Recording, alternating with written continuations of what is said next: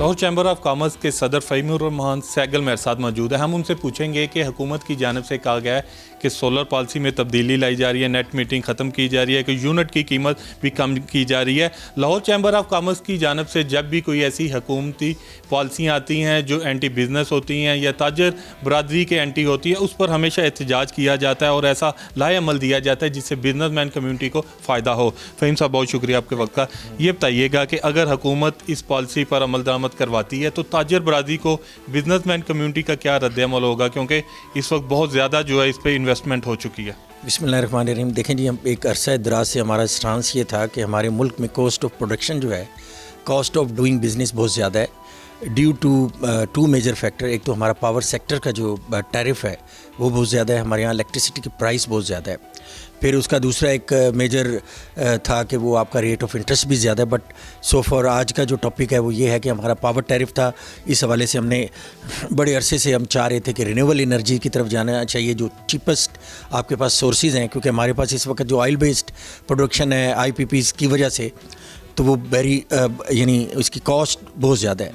तो फिर हमने देखा गुज़श्ता चंद सालों में सोलर की प्रमोशन के लिए गवर्नमेंट ने बड़े अच्छे इक़दाम किए और हमारा टारगेट था कि हम इसको 30% जो है हमारा जो हम इसको स्विच करेंगे ये जो उसके ऑयल बेस से हम इसको सोलर की तरफ। तो इस वक्त ये 5% है टोटल। तो अब इस किस्म की पॉलिसी जो है वो डिस्करेज करेगी आपको। आगे भी जो सोलराइजेशन होने जा रही थी फ्यूचर में वो नहीं हो पाएगी। और जो ये इक़दाम अब होने जा रहा है, तो I would like to request government को इस पॉलिसी को जो अभी इम्प्लीमेंट ना करें। उसकी वजह से हमारे यहाँ जो कॉस्ट ऑफ प्रोडक्शन बढ़ेगी, तो अल्टीमेटली जब कॉस्ट ऑफ प्रोडक्शन बढ़ती है तो वो जो आपके मैन्युफैक्चरर हैं वो अपनी प्रोडक्ट के ऊपर ही डालते हैं। तो एंड ऑफ द डे ये हमारे आवाम तक ही पहुँचेगा, इन्फ्लेशन बढ़ेगी। हमारे यहाँ ऑलरेडी जो है सोर्स ऑफ इनकम नहीं है, हमारे यहाँ इंडस्ट्रियलाइजेशन नहीं हो रही, इसी वजह से हमारे यहाँ वो भी नहीं हो रही, जॉब क्रिएशन भी नहीं हो रही।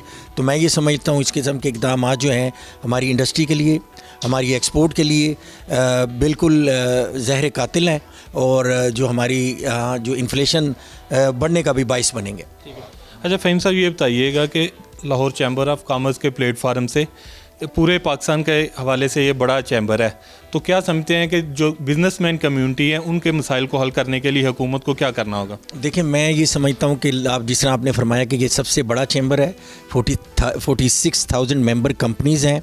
तो हम जो यानी पाकिस्तान में ट्रेड और इंडस्ट्री को प्रमोट करने के लिए हमारा दोबारा ये स्टांस, हमारे वक्त ये कहते रहते हैं कि अपनी एक्सपोर्ट बढ़ाने के लिए हमें एक्सपोर्ट की कॉस्ट ऑफ डूइंग बिज़नेस, हमारी जो रॉ मटेरियल हैं एक्सपोर्ट के ऊपर, उनके ऊपर ड्यूटी को जो है रैशनलाइज करना चाहिए। उसको जो हमारे जो रॉ मटेरियल्स हैं एक्सपोर्ट के और लोकल इंडस्ट्री के, इनका टैरिफ ज़ीरो कर देना चाहिए।